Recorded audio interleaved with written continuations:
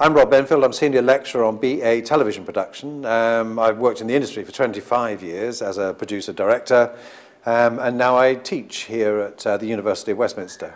Forest of Lies is entirely the idea of the students themselves. We have a script writing tutor comes in, Nigel Baldwin, who's a long track record in writing for television, theatre, radio.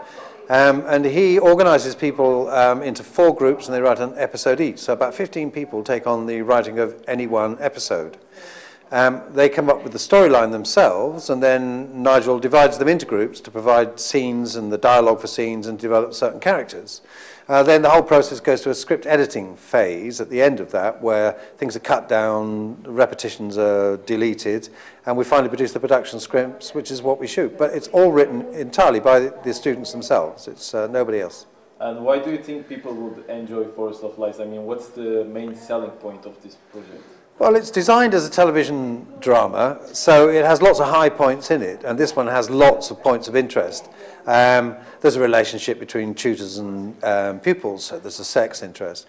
There's a violent confrontation. It starts with a death in Russia of a man and a woman, and their daughter witnesses it, and that damages her permanently. So she spends the rest of her life having flashbacks to that terrible moment, and it causes her to have unprovoked violent attacks as well. So there's that. There's an interesting cross-racial gay relationship, which is an interesting subject for people to think about. And there's plenty, if you like, of dramatic activity goes on throughout the whole of the 4 episodes. They're designed to be cliffhangers, to entice people to want to stay and want to watch. And in fact, people really do stay with this project. It's a very absorbing drama.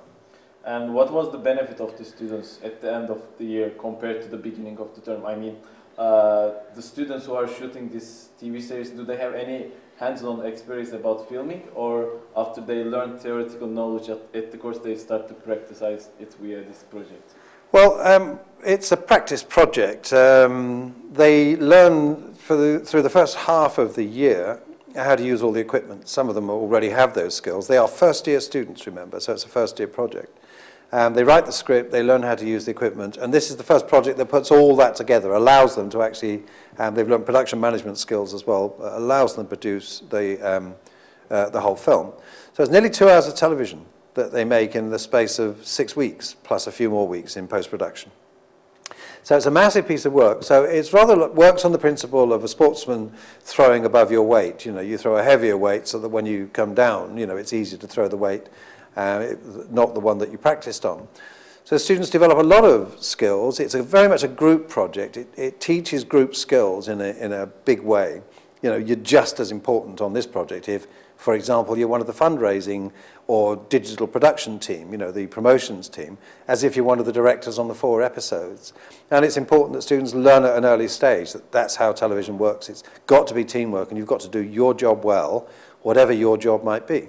And to be honest, everybody who leaves here goes into the industry at entry level in the television industry is always as a runner or a researcher at a junior level. Very few people graduate and go straight into being camera ops, though it does happen. Usually they start at the bottom. Within a couple of years, because of the skills they have, they move very, very quickly up the career ladder. And one last question. In your opinion, what was the major difficulty for students to create a TV series? I think probably the thing they find most difficult is working with actors for the first time, working with talent. Because it can be difficult to manage. Intelligent, creative people have their own opinions about how something should be made.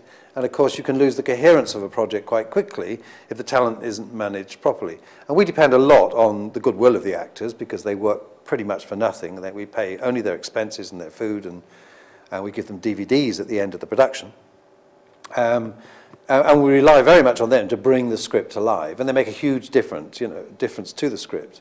And the students audition, probably in the case of Forest of Lies, I think they looked at about 150 people for the 8 or 9 roles that they cast in the end. So they do go through the process properly and pick the right people.